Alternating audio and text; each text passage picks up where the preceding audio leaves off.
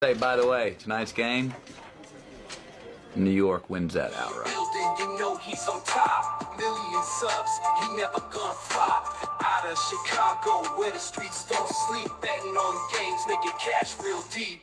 Crystal ball for sports, he knows the lines. He's a sports aficionado, the money he finds. From football to basketball, he's always on point. Predicting winners never disappoints. He's got that hustle, that Chicago vibe. Making moves on the streets, cash on the side. With E, you know it's always a bet. He's the king of the game, never forget.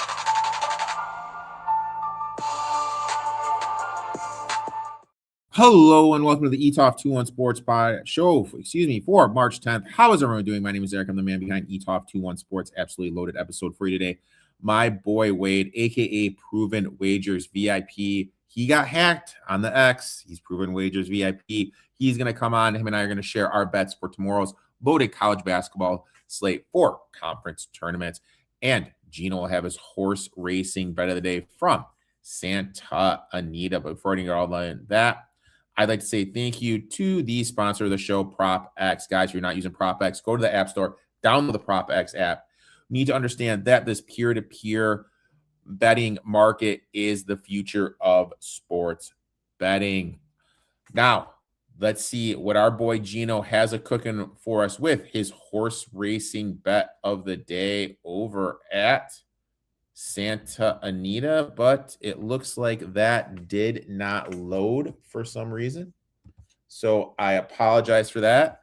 We're going to get that on in a little bit. But before we do that, let's go ahead and let's bring this week's guest, my boy Wade, to the show. Wade, how are you doing today, my man? What's going on, man? Glad to be back. I'm doing pretty good, man. How you doing, bro? Other than my X account getting hacked, we are still plugging along, trying to get picks to our members and trying to figure out a way to keep getting free picks out to everybody. So, yeah. Yeah, dude, like you and our boy Mike both got old hackety hack, dude, on the old X account. So, guys, if you're watching on X, I'm telling you guys, if you're watching on X, please get that two-step verification going, because you could be the next one that gets hacked. One of us, I'm just saying, knock on wood, one of us did the two-thing prawn after our friend got hacked. Another one did not. That's all I'm thinking. Yeah, I did not think about it. I still love you, man. That's all I'm thinking about you. Yeah, it's all good. Interesting weekend of college basketball. What did you think? Anything stick out to you, my friend? Not really. I think I'm just more interested in seeing which one of these favorites can get knocked off the board. I know everybody's pretty high on Duke and Arizona and those guys right now. I actually think those teams can get knocked off in their conference championships. I don't think it's going to be chalk to win these titles in the conference games. So I'm pretty excited to see how this week and this weekend shapes out. My takeaway is, look, dude, I absolutely love this time of year. I love it. I live for this. Conference tournament like this weekend and out in Vegas is phenomenal. And I love these mid-major tournaments. There's nothing like the drama. But this past weekend, that 13-14 line got a lot weaker. Central Arkansas losing. My boy, Carmen Hunter, not being there is brutal. He's a guy that can put a team on his back. He almost did it against Queens. Then you got UMC Wilmington, Belmont, and their elite offense. UT Martin, all the Euros they have who play 4 out. Navy, which has been a covering machine.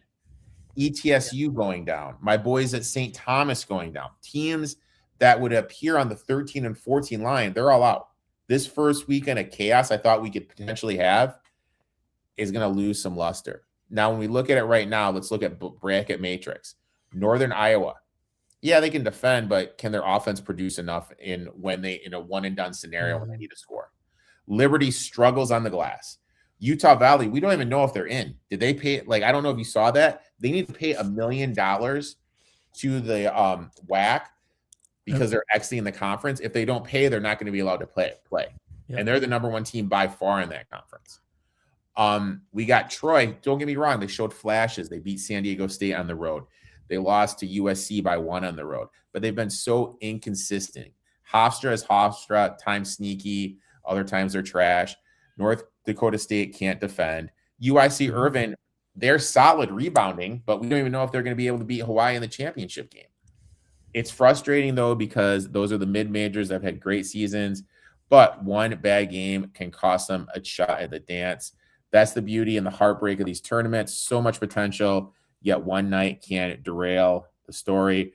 The team I was really watching to win on that line was St. Thomas. I thought St. Thomas could have got it done with what they had, but unfortunately they're out, and unfortunately I don't know. Unfortunately, I may be going all chalk, dude. This first round, and you know what, dude? I fucking hate myself for saying that, dude. It's gonna be tough not to. And I'm not going to lie, my computer is going haywire right now. Can you still see me? Yeah, you're good. All right. So I got the video queued up now. Let's go see what our boy Gino has cooking for us over at Santa Anita. Been waiting for this one to come back for a few weeks. Grogu in race number 7 at Santa Anita on Saturday. So this is the number 1. This horse is 20-1 on the morning line. Been watching Grogu the last couple races. Actually bet him the last 2 times. Both of these starts, he had legitimate trouble trips. He just had no chance, steadied, in all sorts of trouble. Both his last 2 starts, they were both against much tougher in graded stakes races. Now you're going to get some class relief. He gets the inside draw. I think it's a sneaky spot for Grogu, who is 20-1 on the morning line. I mean, he should be more like 8, something like 6 to 8 in this race. So anything above that feels like very fair value. So best of luck this week playing the races, and make sure to tune in to listen to Erik for the best information. Make sure to give my boy Gino a follow at It's Me, Gino B. Funny story. So last weekend was the final weekend to qualify for the World Series of horse betting. So you have these satellite tournaments. If you do well in the tournament, if you win the tournament, you can get in. Son of a bitch, dude. I look at the results. Guess who's on the top of the leaderboard? Our boy Gino. No way. Nice. Text Gino. I'm like, hey, man, congratulations, dude, man. You know, you deserve it. Blah, blah, blah, blah, blah, whatever. Sends me a text message back. Thanks. That's actually my dad, though. It was actually his old man. That's awesome. Qualified. So that was actually kind of funny. But Gino's definitely going to be out there. He's going to be covering the event for DRF.com. So guys, where's this at? In Las Vegas, dude. Okay. If you do these satellite tournaments and you win it, I think you qualify for the tournament, and I think in some of them they'll pay for your flight out there too. Okay. Dude, maybe you got to get into horse racing, dude. I don't know, man. But conference tournament. This is when I like to have you on weekends like this, where I can really pick your brain. Had you on the final. I like having you on in the tough weeks because I know you bring your A game, dude. You're on the final week of the NFL and killed it. This is why I had you on this week, because there's still games going on. A lot of these lines, some of them aren't even out. They're early lines. So really interested to pick your brain. Personally, I'm excited. I am going to be going to the Big Ten tournament on Thursday. Nice. So I'm going to be down there at the UNC. Guys, full honesty, I'll probably be getting a little loose, dude. It's been a while since I've gone out, and going to turn it up a little bit. I'm supposed to meet have you ever been to the Billy Goat? I believe I have been there maybe once. We are rendezvousing at 8:30 in the morning. First game's at 11. Should be fun going in there, bro. Should be fun going in there, man. I miss those days. I really do miss those days. I've been to pretty much a whole Big Ten tournament before when I was down in Indy. Those are pretty fun days. It's a fun day. It's a fun tournament. But let's go ahead. Let's jump into it. And we both have a bet in the early game. Goes off 11:30 Eastern time. First game of the day. What bet, my friend? Yeah, I guess I'll start us off here. And I'm just going to go with St. Bonaventure minus 5.5. Best odds right now are minus 114. I was hoping we could maybe get down to minus 5. If I get minus 500, minus 125, I'd probably pull the trigger there. But I'll take the minus 5.5 for now. Look, man, they just come into this matchup with, I think, a clear offensive advantage that shows up across several key metrics. They average over 76 points per game, shooting just over 52% effective field goal percentage, while LaSalle sits significantly lower offensively at around 66 points per game, while also being much lower efficient shooting the basketball. And I think that gap in shot quality and scoring consistently is going to be a big reason why St. Bonaventure is going to be able to stay competitive throughout the game and then just kind of take over in the second half. Another area where St. Bonaventure has a real edge is shot creation and ball movement. The Bonnies average nearly 16 assists per game compared to roughly 13 for LaSalle, which I think tells you a little offensive generating better looks, sharing the basketball. And I think when a team can do that and they can also score at a much higher pace, I think they'll be able to cover the number of -5.5. Rebounding and second chance opportunities also favor St. Bonaventure in this matchup. They hold a pretty strong advantage in offensive rebounding rate and total rebounds per game, which I think is going to also generate extra possessions and possibly extend scoring opportunities. LaSalle team really doesn't rebound very well. They're ranked near the bottom in several defensive efficiency categories, and I think those extra possessions are just going to be too costly. So I think overall St. Bonaventure is the better team. And I think 6 points is fair here.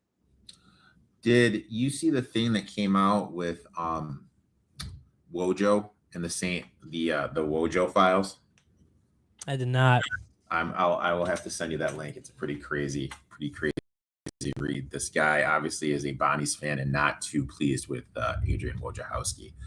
My bet in there, as I'm going to the Bonnies on LaSalle, under 68.5 for the first half. Historically speaking, when we look at this over the last 20 years, first half unders in the opening round of the A10 tournament hit about 59% of the time when it's the first game of the tournament actually climbs up to 60%. Early tournament games tend to start slow as the teams settle in. Possessions become more deliberate. Tempo is another major factor here, and neither of these teams are played fast.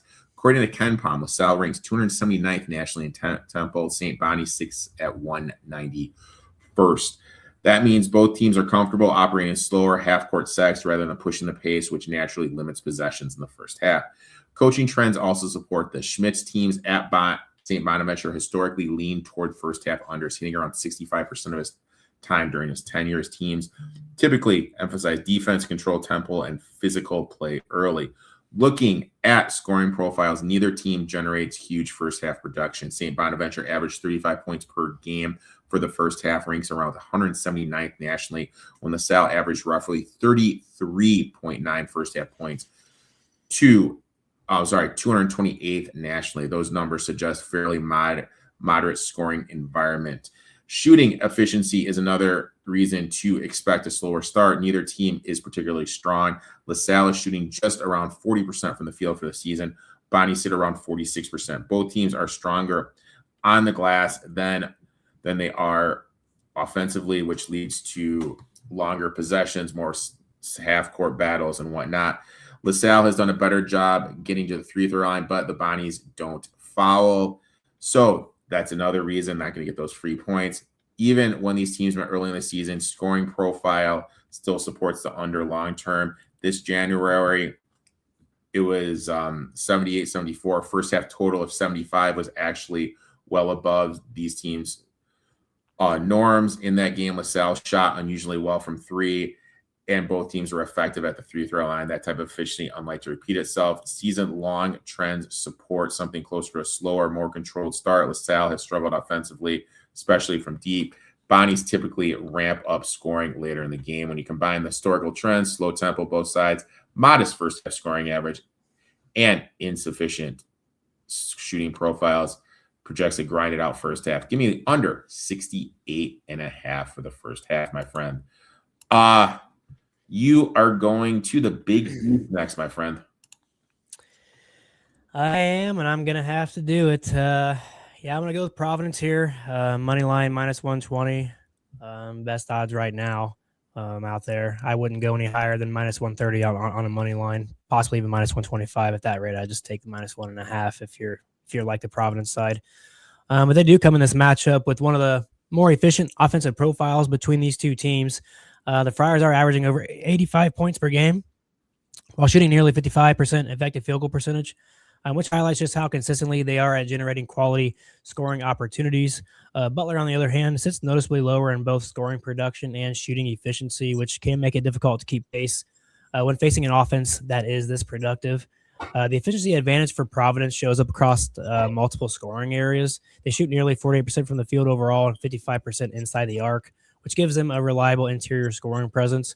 And when a team can consistently finish around the basket and convert high percentage looks, I think it forces the opposing defenses to collapse, and it'll open up additional scoring opportunities throughout the offense.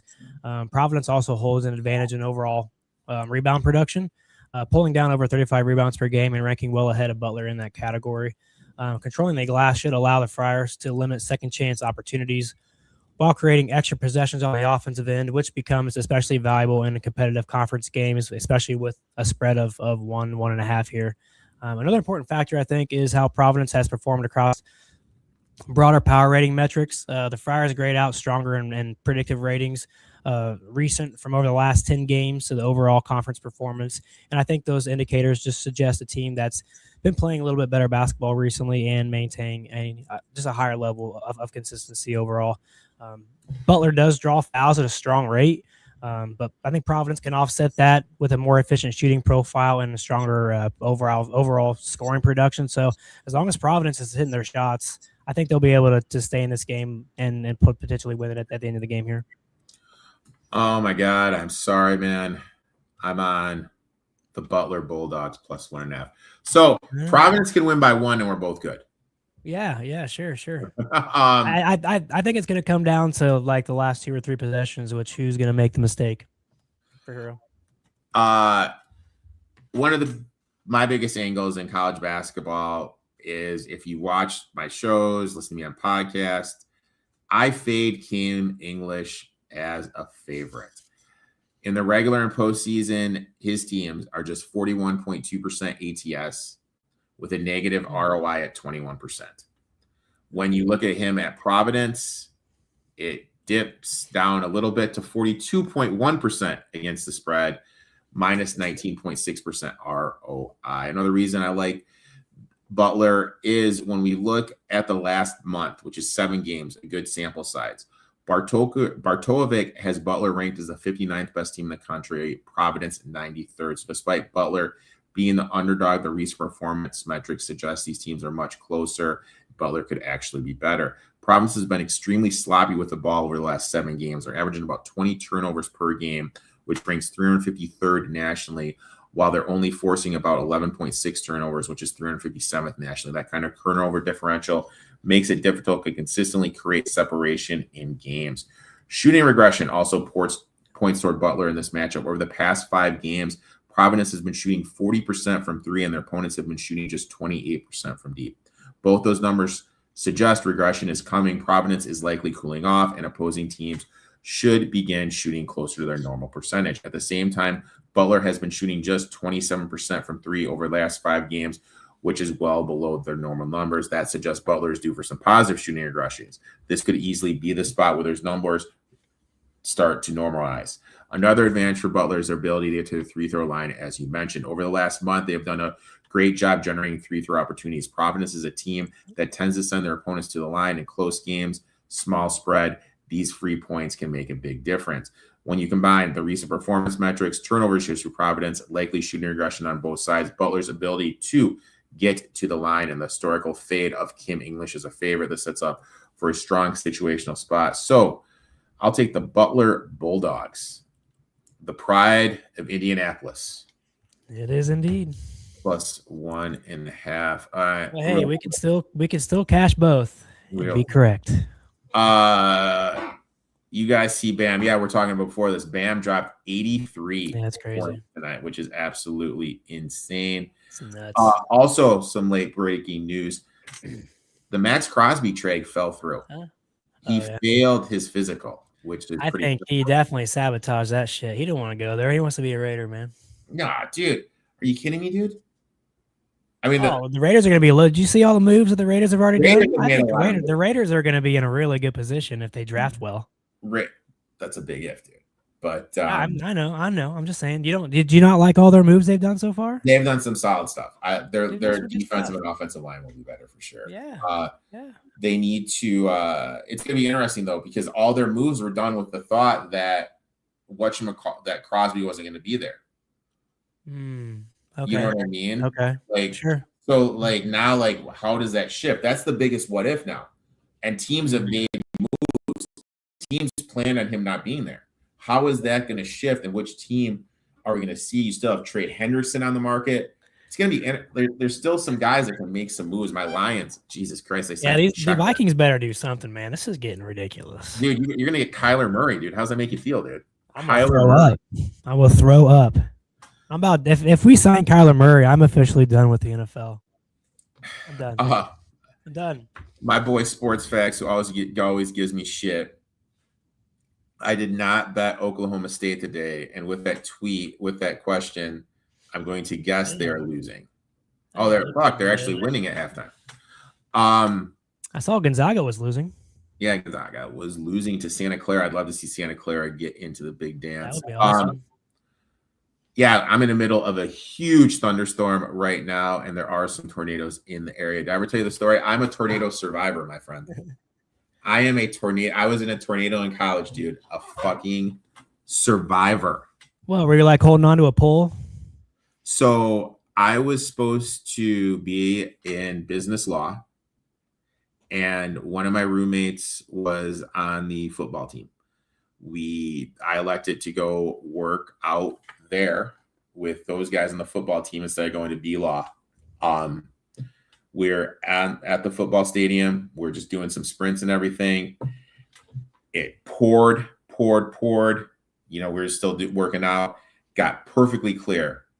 Sky got a funky green color. And then Max points up, and we just see the thing coming down. We ran over. We grabbed the rail of the stadium. Okay. Dude, we got swung up in the air. It felt like a half an hour. Reality was probably 5 seconds. Okay. But it felt like it was a half an hour. Came crashing down. Fucking the Weather Channel came to our school. Like we had no power, no electricity, nothing. I didn't have any way of getting a hold of my parents. My parents had no idea if I was alive or dead. Yeah, it was quite a scene, my friend. Back in the time when nobody would have caught that on a cell phone, standing outside. I mean, Jesus, dude. But yeah, it's the good old days, man. That's insane. That is an absolute insane story. I'm telling you, man. Like I was talking about this. I am so glad I went to college when there was no fucking social media, dude.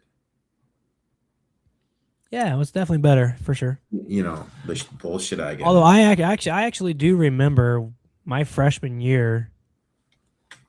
I remember them sitting us down. I can't remember what class it was, but they sat us down and they made everybody in the school have a Facebook account because it was like back then that was like a university thing. Yeah, it started as a school thing.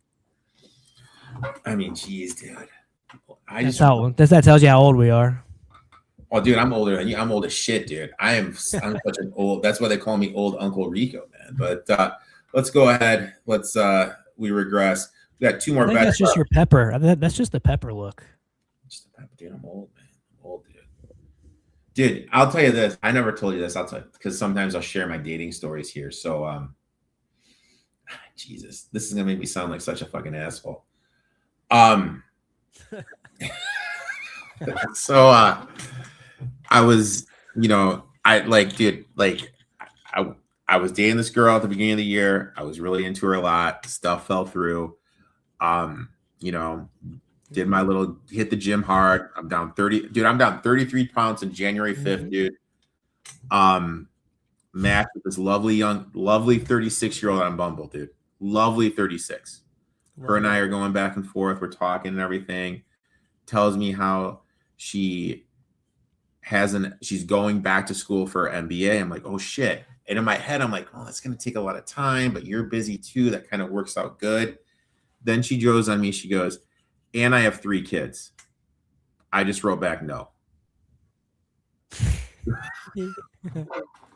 I just wrote back, no, unmatched, dude. Because like, dude, hear me out, man. Hear me out. Those are 3 little kids. It's better than ghosting her. At least you gave her an honest answer. You know what I mean? Like those are I applaud that. 3 little kids. Plus, she's going back for an MBA, dude. You know what I You don't mean? mess with that, man. I just replied no, but we regress. I'll try to.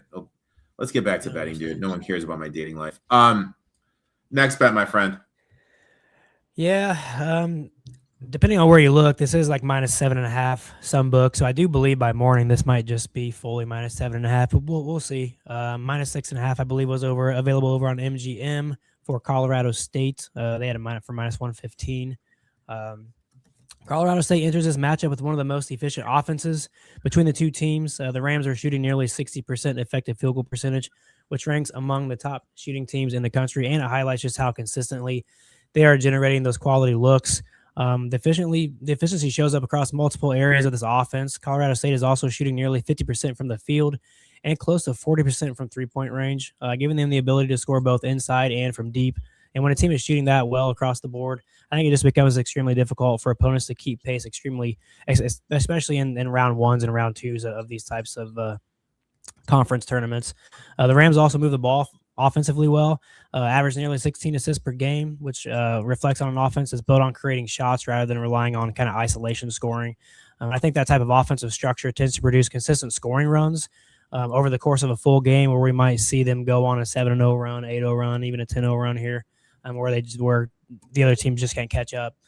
Just looking at the broader team power rankings as well, Colorado State grades higher in predictive ratings, recent form over the last 10 games, and both home and road performance metrics. And with a stronger offensive efficiency and overall ratings profile, I just think the Rams have a clear advantage here to win this game by margin.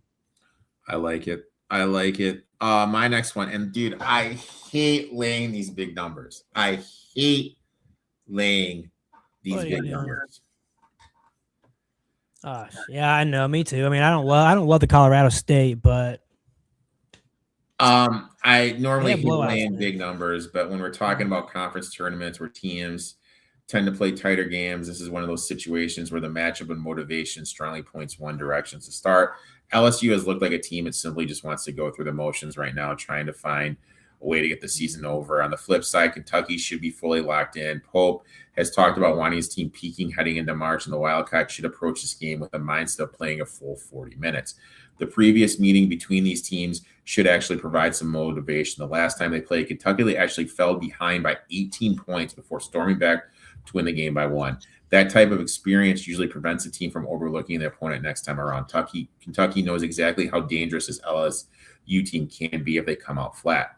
Historically speaking, small sample size, Kentucky has last 20 years has only been in this first round of the SEC tournament 3 times. They've covered every single time.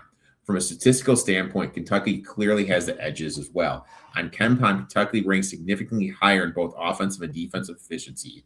The Wildcats carry an adjusted offensive ranking of 121.5 and an adjusted defensive ranking of 100.1, giving them a strong overall net ranking.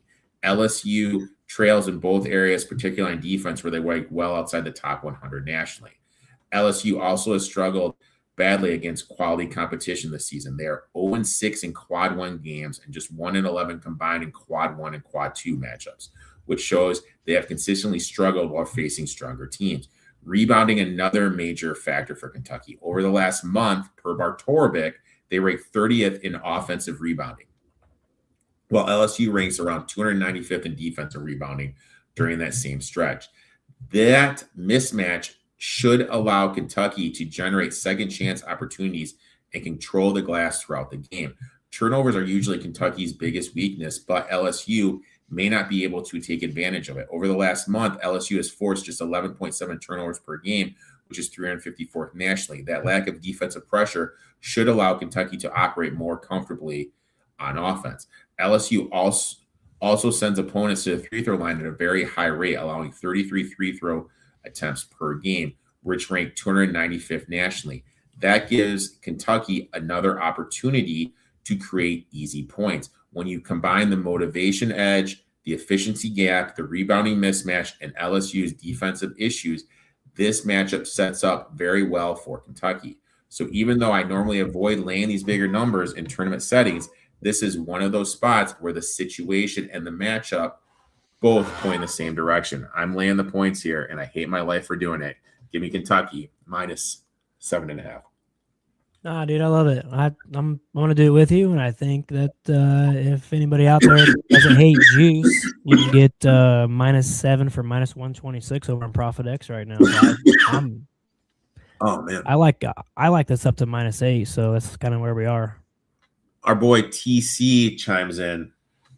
Minnesota covers against Rutgers. What do you think about that, dude? The Golden Gophers. I don't even remember what that spread was, to be honest with you. Last time I I didn't looked really at that, dive I into saw that game. 4.5 when I was doing my notes, dude. Huh? 2.5? I saw 4.5. 4.5. Oh. I mean, I like that one. I think the Gophers could get it done. They seem to be peaking at the right time. TC did. Yeah, I think so too. My old ass is going to be out in United Center on Thursday. For anyone seeing me, stop by, say hi. I'll buy an adult beverage. I'll have an adult beverage with you one day of the month where I'm getting a little loose. So, if you guys see me out there, stop by. Wade, I'd like to thank you for coming on, talking a little shop. Why don't you tell everyone where they can find you on social media? Yeah, I was looking at that Minnesota play. Yeah, I kind of like that. -4.5. Yeah, I guess right now you guys can find me over at Proven Wagers VIP. Just make sure you put VIP after the Proven Wagers, because right now I'm trying to get my main account back. But if not, we will continue to work on that account, and we'll grow that baby. So it looks like the other account's been taken down, right? I have no idea. I'm waiting for them to message me back. So I sent them plenty of emails, so I'm assuming they. I mean, I haven't sent an email for you, and yeah. And if not, it's not the end of the world. It's whatever. So we'll keep we'll build a new thing. So yeah, it doesn't suck. I think that account's gone. One more question. Any futures you like? I hit my first future. I got Queens plus 375 to the window. Lost Northern Colorado. I took a flyer on Coastal Carolina. And there was one other team I had a future on that lost. I'm spacing on. But and not have any futures for college basketball this year. I did conference tournaments. What'd I do? I did Clemson at 45-1. Not bad. Iowa State at 775 plus 775, and Purdue at plus 725. That's the only thing I did for my my futures. So Wade, I'd like to thank you for coming on the show. Your baseball stuff that you do with Mike should be starting soon. Make sure to check that out. Great content that him and Mike pull out when they go doing some baseball stuff. I look forward to having you on during the baseball season, as you are a baseball wizard. Best of luck in all your bets. Make sure to check them out. Also, Wade's on my podcast every single week. There's a UFC card, so make sure to check that out. Best of luck in your bets. And you know what? We'll talk soon, my friend. Appreciate you having me on, man.